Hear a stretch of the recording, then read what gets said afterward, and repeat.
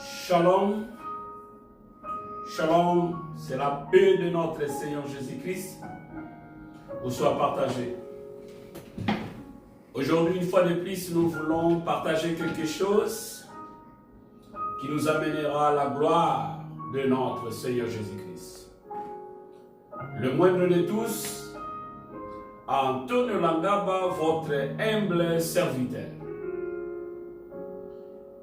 Mes sœurs et frères, aujourd'hui je suis dans la joie de partager ensemble avec vous la problématique de succession sacerdotale.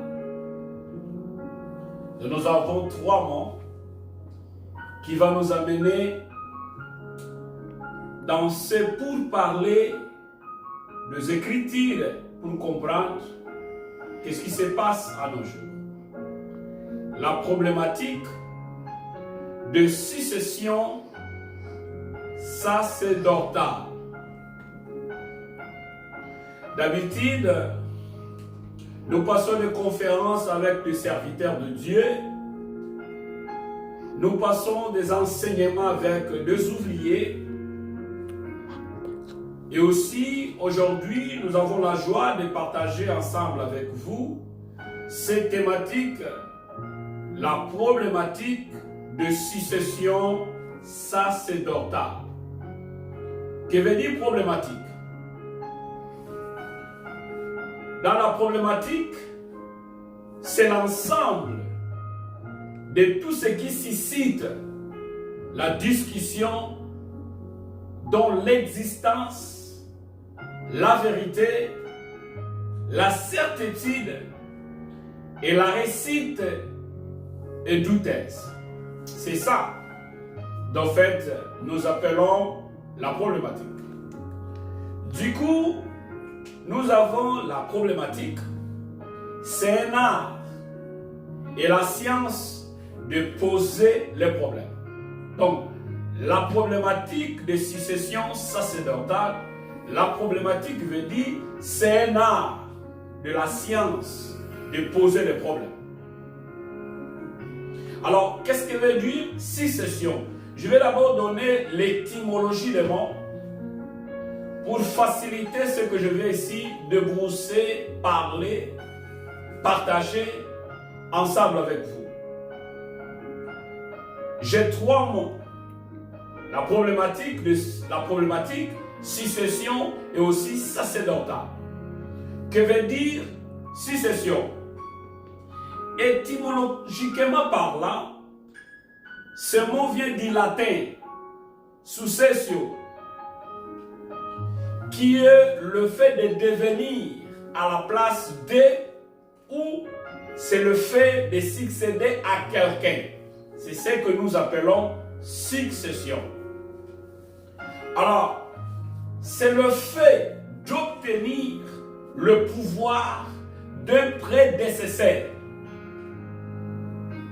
Ce prédécesseur, c'est un prédécesseur légal ou illégalement.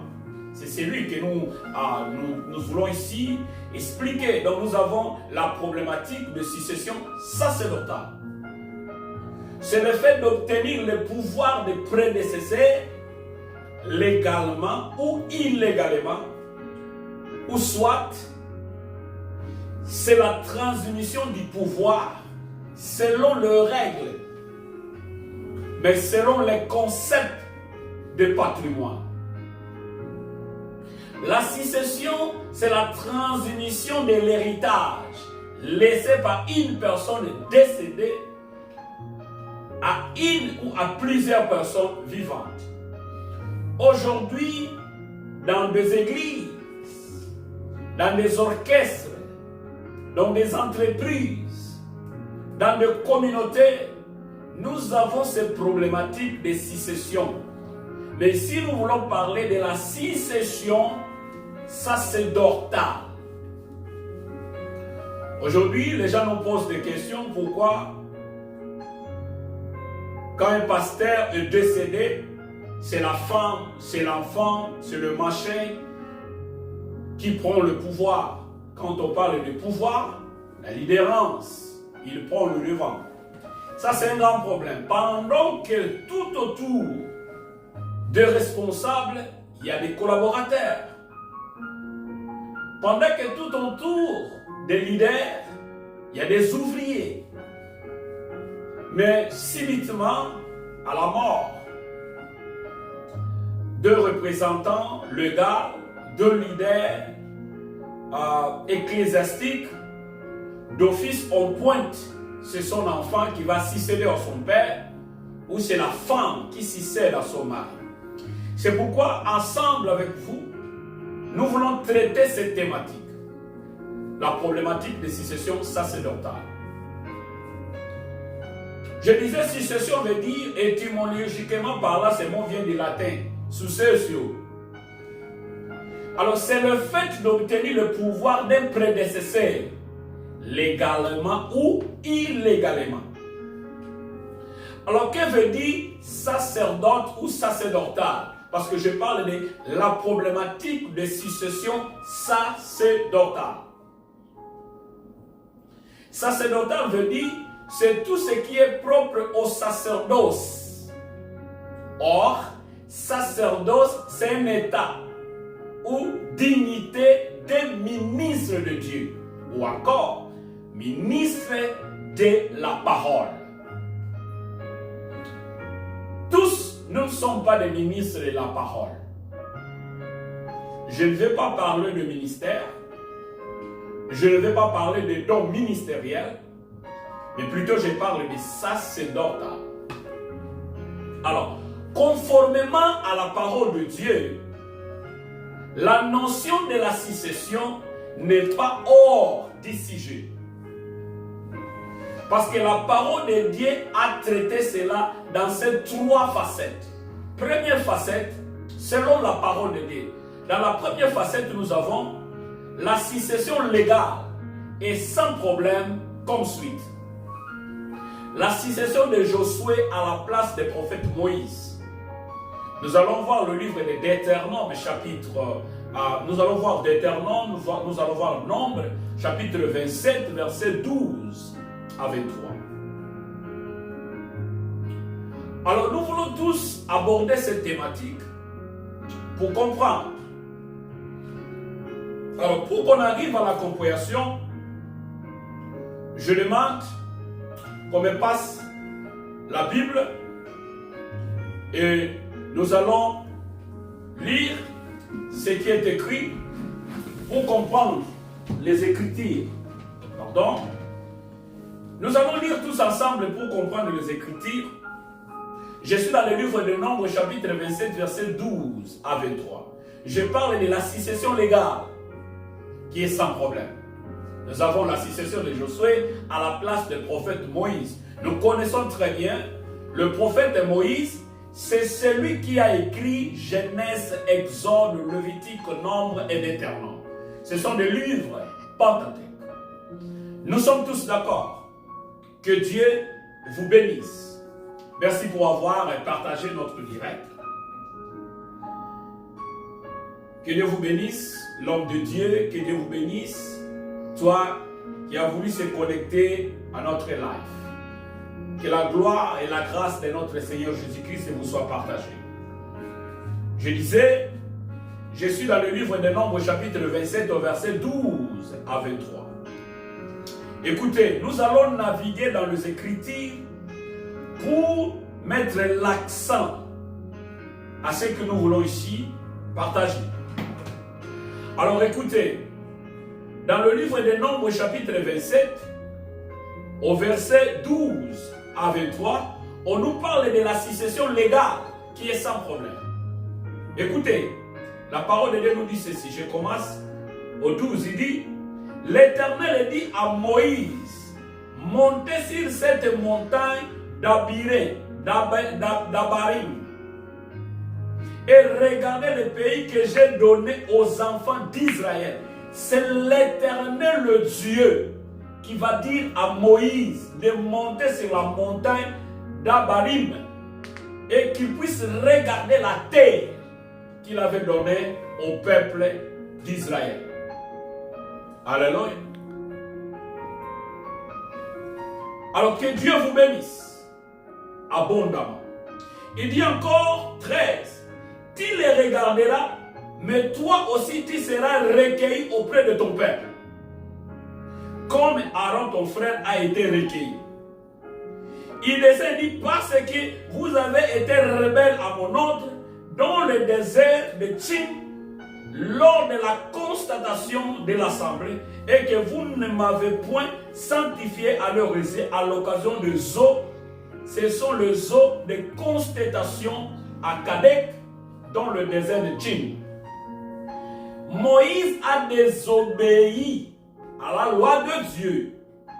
Écoutez, tu peux être un loin de Dieu, appelé de Dieu, mais quand tu désobéis à la loi de Dieu, tu seras mis à côté. Que tu aies de foule, que tu aies implanté des églises partout dans le monde. Mais si tu désobéis à la loi de Dieu, Dieu te mettra à côté. C'est ce qui s'est arrivé à Moïse. Je lis directement 21, non 23. Il dit, il posa ses mains sur lui et lui donna des ordres comme l'Éternel l'avait dit à Moïse. Non, je remonte à 22 pour comprendre la succession légale dans le ministère, dans les sacerdoces. Nous avons des pères dans la foi qui ont aussi des enfants dans la foi. Je ne sais pas si ton fils biologique est aussi ton enfant dans la foi ou bien ta femme dans l'intimité est aussi ta fille dans la foi. Là, je pointe du doigt à personne. Je parle de la problématique des successions sacerdotales. Alors je suis dans le livre des Nombres, chapitre 23, verset 22. Il dit ceci. Moïse fit ce que l'Éternel lui avait ordonné.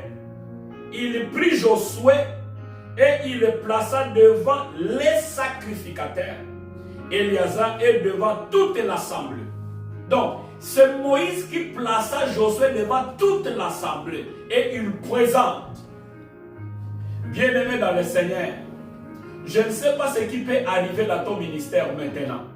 Cette année 2023, Dieu me montre, il y a un baobab qui sera coupé. Est-ce que tu as déjà préparé, tu as déjà présenté devant le sacrificateur ton successeur? Il y a un baobab qui sera coupé. Non, si tu es là où je suis, si tu résides là où j'habite, à savoir, étant qu'un loin de Dieu, il y a un baobab qui sera coupé. Là, c'est la voix de Dieu. Ce qui va arriver, c'est Dieu lui-même qui connaît. Moi, j'ai annoncé ce que Dieu a mis dans la bouche de son serviteur. Là, je parle de la succession légale et sans problème. La succession d'Élisée à la place du prophète Élie. Élisée a succédé le prophète Élie. Nous sommes dans le livre de 1 roi. 1 roi, chapitre 19, au verset 15 à 16. Écoutez. 15 à 16.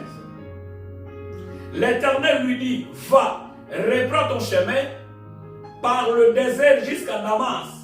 Et quand tu seras arrivé, tu oindras Azaël pour roi de Syrie. Et 16, tu oindras aussi Jéhu, fils de Nimshi, pour roi d'Israël. Et tu oindras Élisée, fils de Shkapa, d'Abel-Méo, pour prophète à ta place. Écoutez bien les mains dans le Seigneur.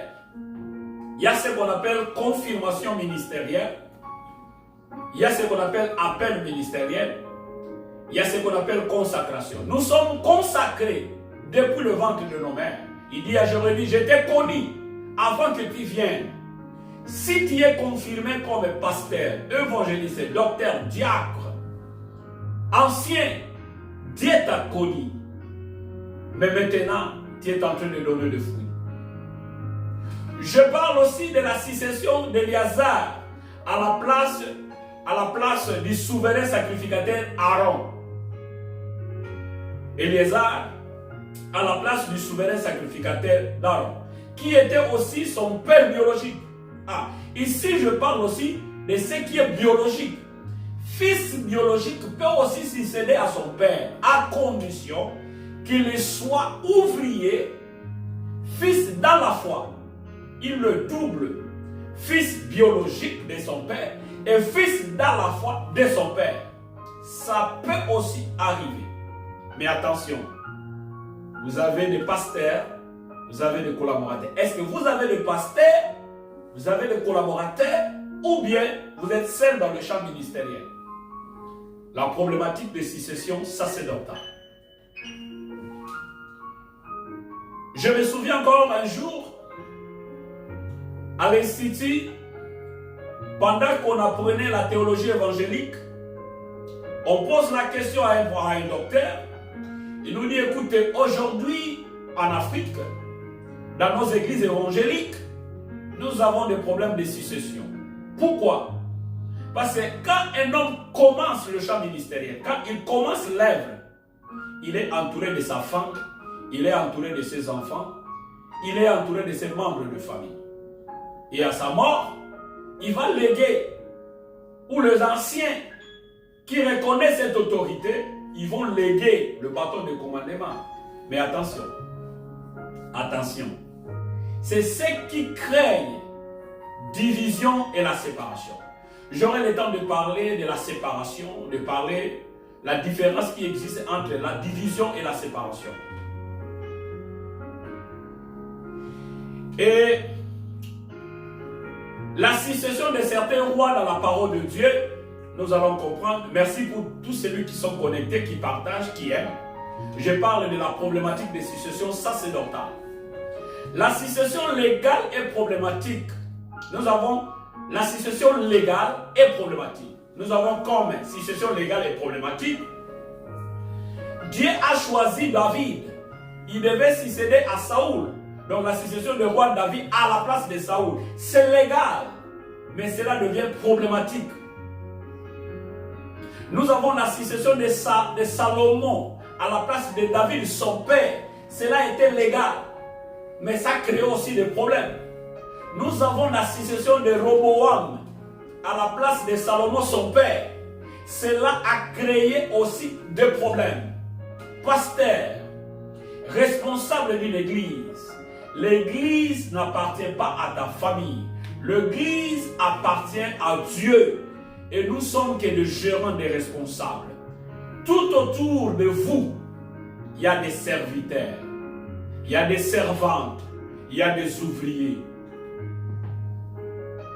Dotez-leur la capacité de gérer l'affaire de Dieu. Nous avons la succession illégale. J'entre maintenant dans toutes ces successions illégales ou illégaux. Et les problématiques comme la succession d'Absalom, fils du roi David, à la place de son père. Nous allons dans le livre de 2 Samuel chapitre 15, au verset 1er à 12. Quelqu'un aime me poser la question de savoir, mais toi aussi, qui t'a appelé dans le ministère? Bien-aimés dans le Seigneur, que Dieu vous bénisse. Dieu qui sonde le cœur et les reins, il nous connaît.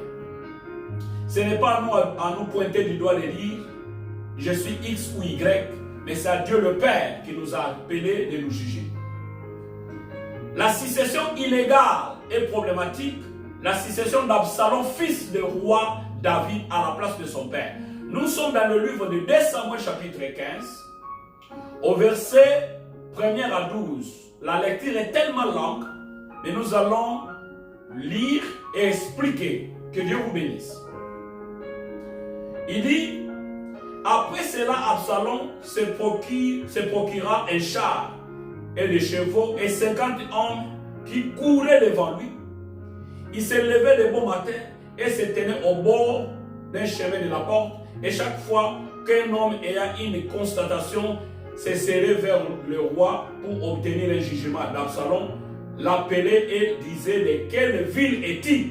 Lorsqu'elle avait répondu, je suis d'une telle tribu d'Israël, Absalom lui disait, vois, ta cause est bonne et juste, mais personne de chez le roi ne t'écoutera. Absalom disait, qui m'établira juge dans le pays? tout homme qui aura une constatation à un procès viendra à moi et je lui ferai justice. Et quand quelqu'un s'approchait pour se prosterner devant lui, il tendait la main, les saisissait et l'embrassait. Je parle directement à 12. Il dit, pendant qu'Absalom offrait des sacrifices, il envoya chercher à la ville de Gilon, à Titophel, à Gilonite, conseiller de David, la conjuration devint puissante et le peuple était de plus en plus nombreux après Absalom. Nous avons aujourd'hui des problèmes à gérer dans l'église, l'ensemble et la communauté. Parce que c'est de petites choses divisent l'église. Les petites choses séparent les gens. Des petites choses. Ce sont des concepts, ce sont des idées, ce sont des opinions. Quand quelqu'un n'accepte pas l'opinion de l'autre, il s'écarte. J'aurai le temps de vous parler de la séparation et de division. Je parle de la sécession illégale qui a créé des problématiques. Absalom, fils du roi David, qui devait aussi régner à la mort de son père, pendant que c'était Salomon qui a été choisi. Alors nous avons aussi la succession d'Adonija, fils du roi David aussi, à la place de son père. Adonija aussi voulait commander. Absalom, il voulait commander. Adonija aussi. Nous avons aussi la succession d'Athalie, mère du roi Akazia, après la mort de son fils. Même le maman veut aussi succéder. Non, ça c'est notre église, c'est l'église de mon père, c'est l'église de ma mère, alors moi je suis le fils aîné. Non, ce n'est pas le problème de fils aîné. Le frère qui est assis, il a contribué pour les instruments, il a contribué pour le micro, il a contribué pour l'avancement de l'œuvre de l'Éternel. Ce n'est pas à ta mort, ton fils doit succéder, non. Si ton fils il travaille comme l'ouvrier, s'il est ministre aussi appelé comme ministre de la parole,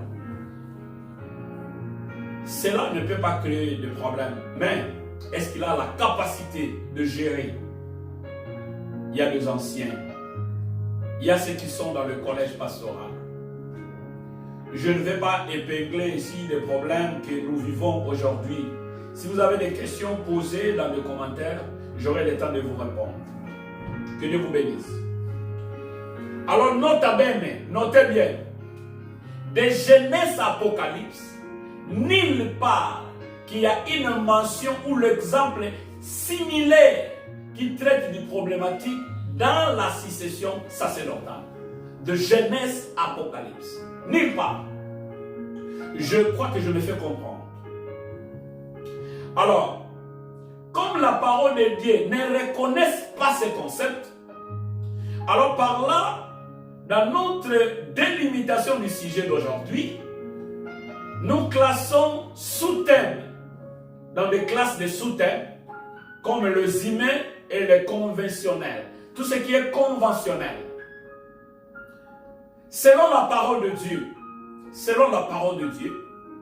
nous comprenons que le domaine le plus sérieux et qui nécessite beaucoup d'implications, c'est l'obéissance et la soumission à l'ordre établi de Dieu. Premièrement, nous allons voir l'ordre établi de Dieu. Je vécu dans une des communautés où le représentant légal était décédé. Et c'était son fils dans la foi qui devait prendre la succession. Donc, nous connaissons des problématiques de succession sacerdotale. Comment cela se passe? Que Dieu bénisse le révérend Guilain Zitakumbi en Angola, précisément Cabinda, notre siège international de la communauté chrétienne le béni, là où je viens. Il y a eu des successions, donc des problématiques de succession sacerdotale. Ça s'est passé dans les calmes, dans l'amiable, selon la grâce et la gloire de Dieu. Mais, hélas, il y a aussi de ces problèmes qui gèrent de discussions de gauche à droite.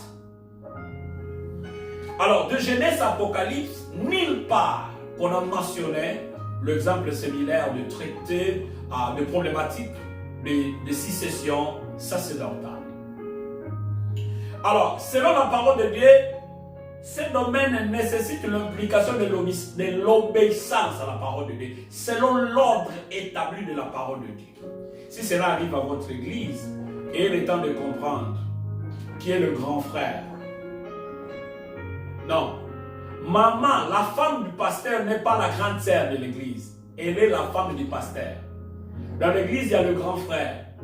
Le pasteur est là, même s'il n'a pas un second, mais il y a un grand frère.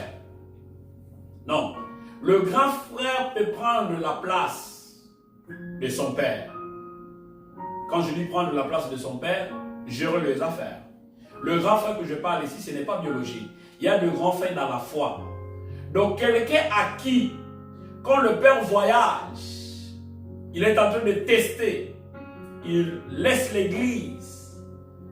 Quand le père est là, il envoie prêcher, il écoute son enfant prêcher. Le père est là, il observe comment il est en train de gérer l'affaire. C'est très important. Pas dans les coteries. Nous devons comprendre une autre chose. Ce qui tue nos églises, dans toutes ces problématiques, ce qui tue nos églises aujourd'hui, ce sont des tribalismes.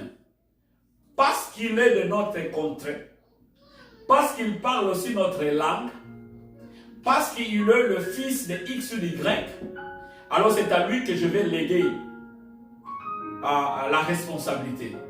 Non.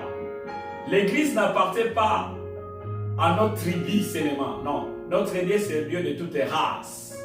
Ce n'est pas seulement parce que nous parlons même langue. Ce n'est pas parce que nous venons dans le même pays.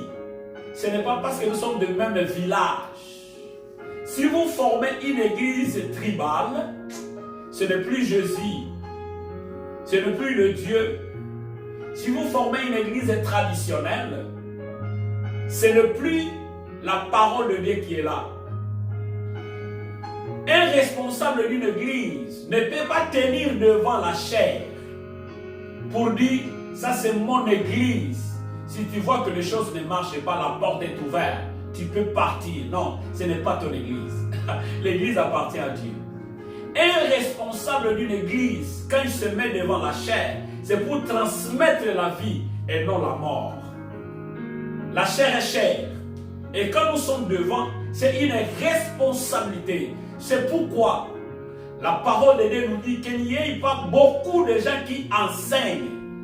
Non, ne croyez pas, quand tu enseignes, tu deviens responsable. Tu peux enseigner, mais tu n'es pas responsable. Tu peux enseigner, mais tu n'as pas une église. Tu peux enseigner, tu ne connais pas les choses de Dieu. Un docteur qui a fait 6 mois ne peut pas opérer, ne peut pas faire des opérations chirurgicales parce qu'il a fait 6 mois de formation. Non, il doit passer 4 ans, 6 ans, 7 ans, voire même, cycle complet et passer au stage. Est-ce que vous avez eu le temps de faire les stages? Le prêtre, le stage pour eux, c'est le diaconat. Le diaconat, c'est le temps de servir avant que tu sois ordonné prêtre. J'ai eu la chance d'étudier dans les internats. Et j'ai eu aussi la chance d'être lecteur de missel. Lecteur de missel. Je connais ce que j'enseigne au peuple de Dieu. Alors, nous devons comprendre le domaine le plus sérieux, c'est l'application de la parole de Dieu. C'est le domaine où n'importe qui ne peut pas faire de n'importe quoi. L'obéissance à la parole de Dieu, c'est le domaine où n'importe qui ne peut pas faire n'importe quoi. Ce n'est pas parce que tu as l'art de parler, ce n'est pas parce que tu es le frère, la sœur, l'enfant de X ou d'Y, tu deviens automatiquement représentant légal, tu deviens automatiquement pasteur de l'église, tu deviens automatiquement... Ça, ce sont des problématiques de succession, ça c'est d'ordre dans l'église. C'est pourquoi il y a plein de séparations, il y a plein de divisions dans nos églises. C'est pourquoi il n'y a pas l'avancement. À la mort de représentants, l'église se divise. Écoutez, mais en ces jours, à notre temps, dans les églises dites indépendantes ou les églises de réveil, toute tendance est confondue à cause de la grâce en Jésus-Christ. L'œuvre sacerdotale est devenue un sujet de mépris, une œuvre de désordre, et l'œuvre que chacun peut faire ce qu'il veut, en celle que la sécession est devenue une problématique majeure et incontournable à nos jours. Tu connais plusieurs citations que moi je ne vais pas énumérer ici. Je ne suis pas ici pour juger X ou Y, mais je suis ici pour prêcher la parole de Dieu. Recevez ta part, digérer où tu peux réparer. Nous pouvons réparer, Seigneur. Mais je dis au début, Dieu m'a dit d'annoncer les habitants de mer. Un baoba sera coupé. Mais est-ce que tu as déjà préparé quelqu'un? Un baoba sera coupé. Est-ce que tu as préparé quelqu'un? Alléluia. Bien-aimé dans le Seigneur, ministre de la parole, serviteur de Dieu, fidèle dans l'église, nous devons comprendre ces choses. C'est très important. Avant toute chose, nous voulons avancer à aborder sur les sortes de sécessions qui existent. Premièrement, nous avons la sécession dont le représentant légal ou représentant légal est succédé par le représentant légal adjoint. Attention dans nos églises, nous devons avoir des adjoints aussi si c'est possible. Pasteur adjoint, vice-pasteur, représentant légal titulaire, représentant légal adjoint. À la mort, si un décède, si le représentant légal décède, alors c'est le représentant légal adjoint qui peut le succéder. Et on peut passer dans l'assemblée extraordinaire pour passer dans le collège pastoral, élire ou choisir un représentant légal adjoint. Ou le secrétaire général peut monter comme adjoint à la place de l'adjoint et l'adjoint monte à la place du titulaire. Ça, c'est l'organisation. Cela dépend de votre statut. Votre église a le statut. Si vous êtes aux États-Unis d'Amérique, on appelle ça bylaw. Votre église a le bylaw. Il y a aussi les règlements d'ordre intérieur. Est-ce qu'il y a le règlement d'ordre intérieur là où il y a des clauses? À l'église, il faut qu'il y ait aussi des disciplines. Pourquoi il y a plusieurs désordres? Aujourd'hui, vous essayez de discipliner votre serviteur ici. Pendant qu'il y a carence de serviteurs, il quitte votre église et il va se rejoindre à l'église X. Parce que ce serviteur à côté, il a carence de serviteurs, il va le recevoir. Parce qu'il n'y a pas l'unité, il n'y a pas l'entendement. Il n'y a pas un leader charismatique qui peut réunir tout le monde. Tu peux être plus âgé, mais tu n'as pas la parole de Dieu. Tu peux être plus ancien, mais tu ne défoules pas la sagesse. Unissons-nous pour vaincre. Que Dieu vous bénisse. Deuxième succession qu'on peut ici aborder, nous avons la succession dont le représentant légal ou visionnaire succédait non pas son adjoint, mais un fils spirituel que Dieu l'a montré et appelé. Écoutez, le représentant légal, quand on parle le représentant, il y a le visionnaire. Attention, je vais sonder un peu les choses. Il y a le représentant légal, quelqu'un qui représente l'église juridiquement. Il peut aussi être un ancien, il peut aussi être un diacre, représentant légal. Donc dans les affaires juridiques, quelqu'un, c'est lui le tuteur de la personnalité juridique qui représente l'église devant l'État. Mais il y a aussi le visionnaire, quelqu'un à qui Dieu a parlé. nous avons l'ange de l'Éternel, qui est Dieu, et nous avons l'ange de l'Église, qui est visionnaire, qui a réussi la vision, qui a présenté la vision. C'est à lui Dieu a parlé. Quand vous entrez dans une église, cherchez à savoir quelle est notre vision, quelle est notre mission, quels sont nos objectifs. Tu dois comprendre d'abord votre vision. Vision de l'église, là où vous entrez. Mission de l'église, là où vous entrez. Les objectifs de l'église, là où vous entrez. C'est alors que vous allez comprendre. Sinon, vous allez commencer très bien. Quand vous êtes au nombre de 10, on vous enseigne de petites choses. Quand l'église va grandir au nombre de 50, 60, 100, 200, il entre maintenant dans le dogme. C'est là où il y a le problème. Vision, mission, objectif. Même dans les entreprises, même ceux qui ont fait la comptabilité, ceux qui ont fait la gestion des entreprises, même les ressources humaines, ils vous parlent de mission, vision et les objectifs. C'est très important.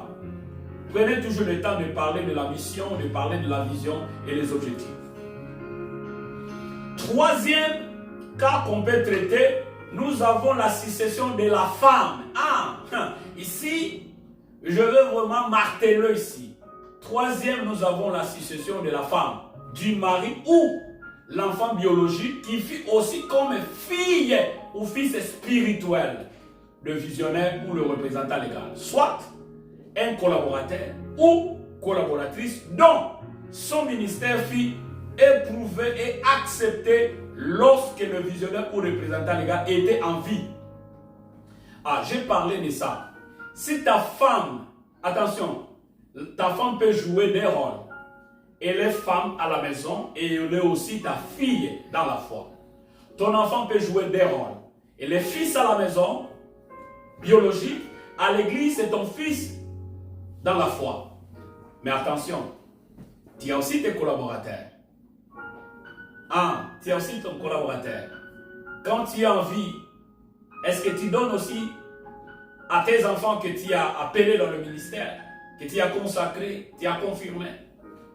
Que Dieu vous bénisse. On avance petit à petit. Quatrième, nous avons la succession de femmes que je parlais, du mari ou de l'enfant biologique, qui n'est pas qualifié. Quatrièmement, nous avons la succession de la femme, du mari ou de l'enfant biologique, qui n'est pas qualifié. Signifie autant que lui-même visionnaire ou représentant légal était en vie, cette personne n'était pas vraiment un ministre éprouvé et qualifié dans le ministère. Mais après la mort, et c'est lui qui devrait rester au poste. C'est là où il y a des problèmes sérieux. Pendant que son père, qui est le visionnaire, le représentant, était en vie, lui ne fréquentait pas les affaires. La femme aussi ne fréquentait pas les affaires. Il fut musicien. Il fut intercesseur. Il se peut qu'il fut interprète. Il se peut qu'il fut quelqu'un qui travaillait dans les services et d'office son père est mort. C'est lui qui va chapeauter. Là aussi, ce sont des problématiques. Donc, n'oubliez pas notre thème d'aujourd'hui que nous allons traiter, la problématique de succession sacerdotale. Il faut enseigner bien, nous devons enseigner bien nos femmes, nous devons enseigner bien nos enfants biologiques et nous devons aussi enseigner bien nos enfants dans la foi. C'est très important. Savoir ces deux choses, faire part des choses. Alors, en outre, nous voulons savoir de pourquoi nous avons aujourd'hui de la problématique sur nos successions. S'il y a des problématiques dans nos successions, parce que nous ne savons pas faire la différence entre une église de Dieu et une fondation ou un ministère. Écoutez, ta femme, ton fils peut te succéder dans la fondation. Fondation Langaba. Fondation Langaba. Ma femme peut me succéder là-bas. Mon enfant peut me succéder là-bas. Fondation Langaba. Ministère XY. Mais attention, l'église de Dieu, ça fait part de tout le monde. Attention, je pointe du doigt personne, mais je passe l'alerte. L'église est une œuvre communautaire. Parce qu'il y a les offrandes, les actions de grâce, l'aumône, le dîme. L'église n'appartient pas à un pasteur. Pardon. L'église appartient à Dieu. Le pasteur, c'est un gérant. Cela est pour tout l'église et le modèle de Dieu. L'église est le modèle de Dieu et de sa parole. Cela ne peut pas être l'œuvre d'un homme ou d'une famille quelconque, mais de Dieu. L'église appartient à Dieu. Aujourd'hui, vous allez voir, nous sommes dans la période des taxes. Un pasteur, il va réclamer le taxe de l'église, il va empocher ça, sans regarder tout autour de lui. Il regarde que sa femme, mais il ne regarde pas le collaborateur. Ça crée aussi des séparations et des divisions. Une église mature connaît sa vision, connaît sa mission, connaît les objectifs. Il doit parler tout ce qui est franchise à ses collaborateurs. On ne connaît pas qui est l'adjoint du pasteur. On ne connaît pas.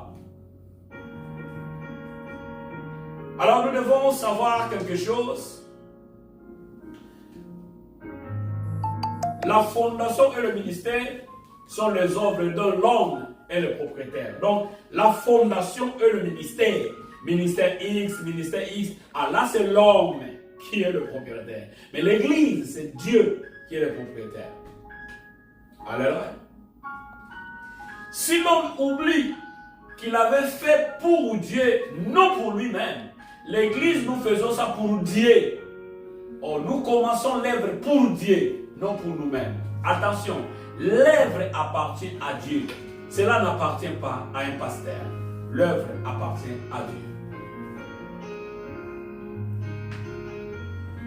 Écoutez, tu dois investir à l'église. Sa richesse de ta jeunesse. L'église est aussi l'héritage qui doit être laissé par le membre de l'église. Que Dieu vous bénisse. Écoutez, si ta femme, ton mari et tes enfants n'ont pas un ministère éprouvé, qualifié et accepté, lorsque toi-même es vivant, oubliez de laisser l'église aux incirconcis de la famille. Il y a plusieurs hommes de Dieu aujourd'hui ont détruit l'œuvre de Dieu parce qu'ils ont laissé l'œuvre de Dieu aux incirconcis qui viendra crier devant le membre, gueule le ministre. Non, l'église appartient à Dieu. Je preuve de ce que je parle. Je viens dans une communauté là où le visionnaire a quitté la vie, paix à son âme, et son fils dans la foi a pris le bâton de commandement. Que Dieu bénisse l'homme de Dieu qui me suit de l'autre côté. Alors, l'œuvre de Dieu à celui qui a été fidèle à vous et à ton Dieu, la vision. Si nous allons dans le livre des Nombres, je suis dans le livre des Nombres. Oh, vous allez poser la question de savoir, mais qui est-il? Bien-aimé dans le Seigneur, je suis ministre de la parole par la grâce de Dieu. Nous avons eu aussi la chance d'être formés par des hommes de Dieu. Nous avons eu aussi des douaniers, des anciens. Nous avons eu aussi des mentors. Alors je suis dans le livre des Nombres chapitre 11, au verset 16 à 17. Vous savez, des choses pareilles, ce sont des choses qu'on doit passer comme des conférences, des séminaires. Mais quand les gens regardent notre attitude, les gens regardent l'apparence, ils disent non, celui-ci, je ne peux pas l'inviter. Ah, c'est très bien. Mais l'inviter n'invite pas. Que Dieu vous bénisse. Nous aurons le temps de parler au peuple de Dieu. Et nous avons le temps de parler. Ici, je passe en direct partout dans le monde. J'ai la grâce. Dans toutes ces plateformes qui nous facilitent de véhiculer la parole de Dieu. Mais je ne taquine personne. Je passe la parole de Dieu. Si tu tombes sur ça, tu reçois ça, tu dis Amen. Et tu mets ça en pratique, ça va sauver le ministère, ça va sauver ton église, ça va sauver ton entourage. Ça va sauver l'œuvre de Dieu. Ne laissez pas le désordre quand il va partir à l'éternité. Arrangez les affaires avant de partir. Que Dieu te bénisse. Nombre chapitre 11, verset 16 à 17. Écoutez. Nombre chapitre 11, verset 16 à 17. La parole de Dieu nous dit ceci. L'Éternel dit à Moïse, assemblez auprès de moi 70 hommes des anciens d'Israël, de ceux que tu connais comme anciens du peuple et ayant autorité sur lui, amenez-les à la tente d'assignation et qu'ils se présentent avec toi. 17. Je descendrai et là je te parlerai, je prendrai de l'esprit qui est sur toi et je le mettrai sur eux afin qu'ils portent avec toi la charge du peuple et que tu ne le portes pas toi seul. Écoutez, Moïse était chargé, l'homme de Dieu. Mes anciens, mes douaniers, mes pères, dans la foi. Écoutez, nous détruisons l'église de Dieu. Ayons aussi le temps de parler avec nos collaborateurs. Suivez-les, parlez à vos collaborateurs. Ayez le temps de visiter aussi vos collaborateurs. Le samedi, le dimanche, n'attendez pas seulement à l'église. Allez trouver le collaborateur. Appelez ton collaborateur à côté. Souper, dîner ensemble avec lui. Échanger un peu, connaître la personne. Comment vous allez à la maison? Comment ta femme? Comment les enfants? Qu'est-ce que vous pensez pour le ministère? Qu'est-ce que vous pensez pour l'œuvre de Dieu? Écoutez aussi, et aussi le temps d'écouter. Moïse était chargé. Alors c'est Dieu qui va le dire dans le livre des Nombres, chapitre 11, verset 16 à 17. De choisir, parce qu'il a vu, il s'est gaspillé. Vous prêchez du 1er janvier au 31 décembre. Donc je ne demande pas, Si vous m'invitez, je vais venir. Mais si vous ne m'invitez pas, je vais prêcher ici. Je prêcherai là où je suis responsable. Nous prêchons du 1er janvier au 31 décembre. Vous allez être essoufflé. Vous allez avoir des problèmes sérieux. Et aussi le temps de repos. Même au travail, il y a les PTO, il y a les VTO. Hein? Vous faites même les expérimentaires. Oh, bien-aimés serviteurs de Dieu, bien-aimés anciens douaniers, bien-aimés docteurs, apôtres, prophètes, nous détruisons l'œuvre de Dieu, nous serons essoufflés. Choisissez les gens capables. Vous avez des anciens, suivez-les, parlez, écoutez. Mon frère, pourquoi tu ne viens plus à l'église? Qu'est-ce qui s'est passé? Parlez-moi un peu. Nous ne devons pas être des serviteurs lâches. Nous ne devons pas être des serviteurs lâches. Parlez aux serviteurs. Il y a plusieurs proliférations des églises à cause de ces choses. Un serviteur qui vient te donner la main d'association. Là où il vient, il ne priait pas ton église, il ne priait pas ta communauté. Il vient te retrouver à la ville, il vient te retrouver à l'état là où vous êtes. Il dit, je suis serviteur. Il te donne la main d'association. Acceptez-le, montrez-lui la vision, parlez-lui de la mission, parlez-lui des objectifs. Échangez et peut et comprendre. Il y a même ceux qui vont plus loin. Un serviteur qui vient, qui te donne même le projet, il dit, écoutez, nous allons rassembler le fidèle, nous allons faire les appels de fonds pour acheter une salle, la parcelle de l'église, construire l'église. Il vous donne l'idée, vous acceptez l'idée et vous partez, vous commencez l'opération. Vous allez recevoir l'argent pour acheter votre propre maison, oubliant que l'objectif, c'était pour acheter la parcelle de l'église. C'était pour acheter quelque chose pour Dieu. Vous allez acheter votre voiture. Vous allez acheter des habits. Cet homme de Dieu à qui tu as donné la main d'association va être frustré de lui écouter. J'ai amené l'idée. J'ai partagé à l'homme de Dieu pour qu'on puisse rassembler l'argent et acheter la parcelle ou louer quelque part. Mais il prend cet argent, il gaspille ça inutilement. Écoutez, nous allons rendre compte à Dieu. Je bénis, je connais un homme de Dieu. Il est aujourd'hui à Pennsylvanie, je témoigne. Le révérend, je cite même son nom, le révérend Kadis Saliboko, avant qu'il vienne aux États-Unis, cet homme a pu réunir plus de 20 000 $ en Afrique. Plus de 20 000 $ en Afrique. Il acheta la parcelle, il construisit l'église et sa femme fut aussi une des partenaires pour la construction de l'église. Regardez quand même un homme qu'on doit témoigner. Écoutez, ne dites pas que non, j'ai laissé l'église dans la province, le pays où je viens, pendant que ton église loue. L'église loue. Bien-aimé, ici aux États-Unis d'Amérique, l'église, ce sont des non-profit.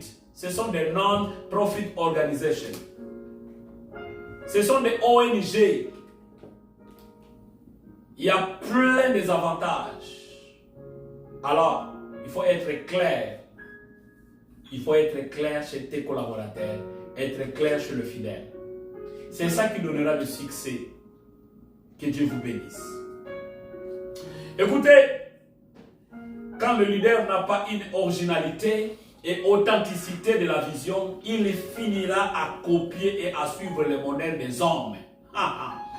Le leader doit avoir l'originalité. Est-ce que vous êtes évangélique ou vous êtes pentecôtiste ou vous êtes dans les X ou Y? Je n'ai cité que évangélique ou pentecôtiste. Ou vous êtes dans les kabbales juifs, ou vous êtes dans les X ou Y, que je ne vais pas citer ici pour ne pas seulement pointer du doigt à X ou à Y. Si le leader, si le visionnaire n'a pas une originalité et l'authenticité de la vision, il finira à copier le modèle des hommes. Ici, je parle en faisant mention des Écritures. Que Dieu vous bénisse. Je connais un homme de Dieu, le pasteur Samuel Luzingu, à l'état de Maine aux États-Unis. Je témoigne. Ceux qui font de bonnes œuvres, nous allons témoigner.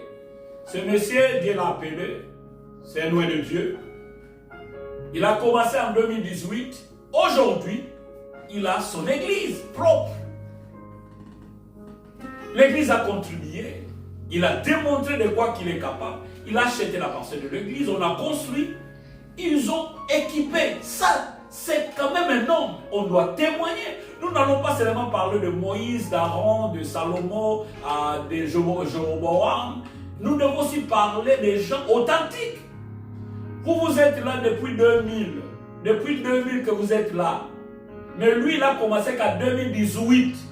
Oh, vous aussi, vous avez commencé en 2018. Lui aussi a commencé en 2018.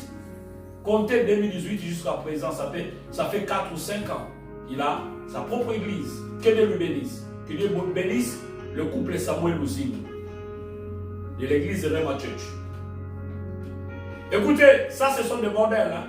S'il y a des modèles dans la ville, on doit épingler et citer ces modèles. Non, ce n'est pas pour le flatter. Hein? C'est juste pour citer les modèles. Quatrième, c'est suite à l'influence des amis ou de la famille qui développe le message. Donc, vous êtes influencé par des amis. Vous allez recevoir des amis d'enfance qui vont vous dire, écoutez, ici, ne laissez jamais quelqu'un prêcher. Tu dois commencer à prêcher. Tu dois surmonter. Écoutez, nous détruisons l'œuvre de Dieu. Alors, le concept problématique de la succession sacerdotale, proprement dit, nous avons quelques diverses problématiques que nous allons citer et nous allons bâcler, nous allons terminer. Excusez-moi, je vais prendre quelques dizaines de minutes pour conclure. Donc, dans le concept de problématique de la succession sacerdotale, proprement dite, alors nous avons quelques diverses problématiques sur la succession sacerdotale selon les sortes de succession. Écoutez, là, quand on parle de ministère, quand on parle de la vision, c'est par là que vous allez comprendre. Écoutez, tout le monde n'est pas serviteur de Dieu. Il peut être encouragé, mais tout le monde n'est pas appelé. Attention de récupérer les courageux et de mettre dans l'œuvre de Dieu. Qu'est-ce qui vous motive pour prêcher? Qu'est-ce qui vous motive pour servir Dieu? Qu'est-ce qui vous motive pour être là où vous êtes? Le problématique dans la situation dont le représentant légal est succédé par son adjoint. Il y a beaucoup des adjoints qui changent la vision. Écoutez, ça ce sont aussi des problématiques de succession. Vous êtes succédé par ton adjoint, l'adjoint vient et il change la vision de l'église. Vous laissez la vision à un enfant, il change la vision de l'église. Parce que vous n'avez pas expliqué la vision, la mission, les objectifs. Beaucoup des adjoints ignorent même la famille. Quand vous êtes élu représentant légal, n'oubliez pas qu'il y a eu un représentant légal défunt, il y a eu un représentant légal, un visionnaire. Pensez aussi à sa famille. Même quand vous prêchez dehors, pensez aussi à sa famille. C'est très important. Non, je ne cite pas les familles, hein. Je parle des X ou des Y. Pensez aussi. C'est très important. C'est pourquoi il faut se ressourcer. Hein. Le son de Dieu, nous devons nous ressourcer. C'est très important. Ce n'est pas parce que tu as fait 10 ans comme intercesseur et tu vas s'autoproclamer de dire aujourd'hui. Non. Ce n'est pas parce que tu as fait 10 ans comme interprète, tu vas te s'autoproclamer. Non. Il faut avoir aussi le temps de se ressourcer. Parce que vous allez trouver des gens qui vont vous interroger, ils vont vous bloquer. Aujourd'hui, je suivais le live sur TikTok. On a posé un monsieur l'étymologie de mon Dieu. Nous allons avoir le temps de parler de divinité, de parler dans de christologie, théologie et d'avoir tout ce qui est dans la Bible, si Dieu va nous prêter la vie. Que Dieu vous bénisse. Écoutez, beaucoup des adjoints cherchent à combattre toutes les personnes qui connaissent son histoire et celle de l'Église dans le but de faire fuir le révèle le nouveau qui ne connaissait rien. Vous savez, un nouveau représentant légal, un adjoint représentant qui devient représentant légal, il va chercher à étouffer les anciens, à faire monter les nouveaux qui ne connaissent pas son histoire, là où il a commencé les choses. Restez aussi avec les anciens, ce sont eux qui vont t'aider à avancer.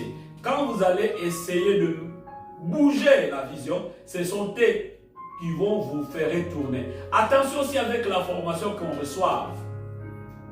Nous recevons des formations à gauche, à droite. Ne changez pas la vision. Regardez bien la vision. Il faut harmoniser, uniformiser les choses selon la parole de Dieu. Faites bien l'interprétation de ce qui est écrit dans la parole de Dieu. Attention, les changements de vision. Interprétez bien. Dans la parole de Dieu, il y a des contextes, il y a l'environnement, il y a les milliers. Toutes ces choses qui ont été dites dans la parole de Dieu, il y a des explications. Ne bougez pas le borne que les anciens ont laissé. Alléluia. Beaucoup des adjoints, beaucoup de représentants nommés, appelés par le visionnaire, sont en train de bouger les bornes. Bien-aimé, tu prêches bien, tu enseignes bien, mais ne bougez pas les bornes que les anciens ont laissées. Restons dans la parole de Dieu. Ne sortez pas. Prêchez ce qui est écrit. Mais il faut savoir faire l'interprétation des Écritures. C'est très important. Lire et interpréter, il y a des choses différentes. Expliquer la chose de Dieu, il y a des choses différentes. Que Dieu vous bénisse. Écoutez, la problématique dans la succession dont le représentant légal n'est pas succédé par un adjoint, mais par l'enfant de Dieu. L'a dit, comme cet enfant qui est resté, beaucoup de papas qui n'ont pas d'humilité et ils sont soifés de pouvoir, ils ne resteront pas, mais ils vont créer de division et de rébellion. Quand on donne la vision, la représentation à un enfant au milieu de vieux loups, ces vieux loups-là vont se retirer pour se rebeller, entrer dans la division. Non, acceptez-les, obéissez-les, approchez, donnez des idées. Ils peuvent amener des innovations. Ne changez pas la vision. Que Dieu vous bénisse. Non, je parle à tout celui qui me suit, à tout celui qui veut changer les choses. Restez dans les bornes. Je ne sais pas qu'est-ce que vous avez bougé. Ne bougez pas les bornes. C'est que les apôtres nous ont laissé. Alléluia. Les problématiques dans la succession dont le visionnaire ou la visionnaire est succédé par sa femme. son mari ou son enfant, dont le ministère fut jadis éprouvé, qualifié et accepté, beaucoup de collaborateurs qui furent les amis du Père ne supporteront pas de voir sa femme ou l'enfant diriger. Signifie, ils vont créer des divisions, des rébellions pour essayer un peu d'écarter cet enfant. Que Dieu vous bénisse. Alors, on est presque à la fin. Je vais lire 2 Samuel chapitre 5. Dans ce que je parle ici, beaucoup de collaborateurs de son père vont chercher à t'étouffer. Ils vont injecter des problèmes. Je suis dans le 2 Samuel chapitre 5. Donc vous allez poser des questions, mais où vous avez trouvé ça? Écoutez, la problématique des successions sacerdotales, ce sont des problèmes que nous devons traiter à nos jours. Chers pasteurs, responsables gérants, vous dirigez une église, vous dirigez la communauté, attention, un jour, la mort peut vous surprendre.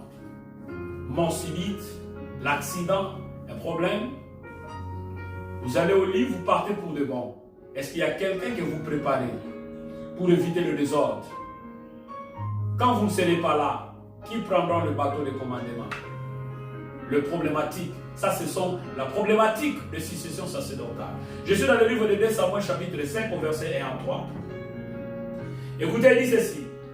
Toutes les tribus d'Israël virent auprès de David à Hébron et dirent, voici nous sommes tes os et ta chair.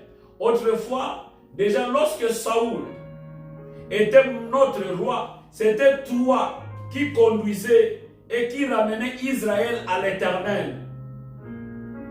Tu paîtras mon peuple d'Israël et tu seras le chef d'Israël. Toi, ainsi tous les anciens d'Israël virent auprès du roi à Hébron, et le roi David fit alliance avec eux à Hébron devant l'Éternel. Ils oignèrent David pour roi sur Israël. Écoutez, il y a parfois celui qui va diriger l'église, il n'est pas là-bas. Les jours où le leader ou le représentant pourra partir à l'éternité, vous allez courir pour aller récupérer quelqu'un, comme ce que les anciens ont fait pour Jephthé. Ne sous-estimez pas de gens. Il était là avec vous. Il peut être utile pour vous. Même s'il est parti pour de bon, il est quelque part. Mais s'il est encore dans les faubourgs, il peut revenir pour donner un plus pour l'avancement de l'œuvre ministérielle. Que Dieu vous bénisse. Écoutez, je termine par ici. Le problématique dans la succession dont le visionnaire est succédé par sa femme ou son mari, son fils biologique, qui n'a pas un ministère approuvé, qualifié, accepté. Ici, le départ, le serviteur et le membre seront constatés. Il y aura des murmures, il y aura des critiques à l'égard de celui qui sera resté à sa place. Il y aura la décroissance de l'église, des encouragements des collaborateurs, déstabilisation totale de l'œuvre de Dieu. C'est ça qui détruit l'église. Alors, veillez sur ça. L'homme de Dieu ait le temps de suivre attentivement le point que je souligne. Ça peut t'aider, ça peut aider à améliorer d'autres choses. Je termine par conclusion. Je vais terminer pour dire les satisfactions des membres, des invités ou des vestiaires partant du déroulement de message et de manière dont l'œuvre sera basculée. Alors, l'œuvre peut continuer à subsister seulement si cela était grand. Sans cela, c'est la fermeture dans les jours à venir. Dieu, dont je suis le serviteur, vous bénisse. Je fis élève à l'Institut supérieur biblique de Béret avec un de mes professeurs, Godé Armando Bitouli, que Dieu lui bénisse, c'est un docteur en scatologie. C'est lui à qui je dois coup de chapeau. Alors, que Dieu vous bénisse, tout le monde, mes douaniers, mes anciens leaders. Je vais prier pour vous. Je prie pour l'œuvre de Dieu. Parce qu'on dit, il y a les supérieurs qui m'ont suivi. On dit, c'est le supérieur qui bénit l'inférieur. Éternel Dieu, je remets ces instances entre tes saintes mains. Bénis l'auditoire, bénis tout celui qui était connecté et tout celui qui aura le temps de partager. Nous connaissons en partie et nous prophétisons en partie. Tout ce qu'Éternel qui a déposé dans ma gibecière, j'ai eu le temps de le déposer aussi pour l'avancement de l'œuvre de Dieu. Merci Éternel Dieu pour m'avoir mes capacités et me donner aussi la force que l'œuvre du Saint-Esprit puisse continuer à faire son travail. Ainsi, nous avons prié au nom de Jésus. Amen, amen, amen. Que Dieu vous bénisse.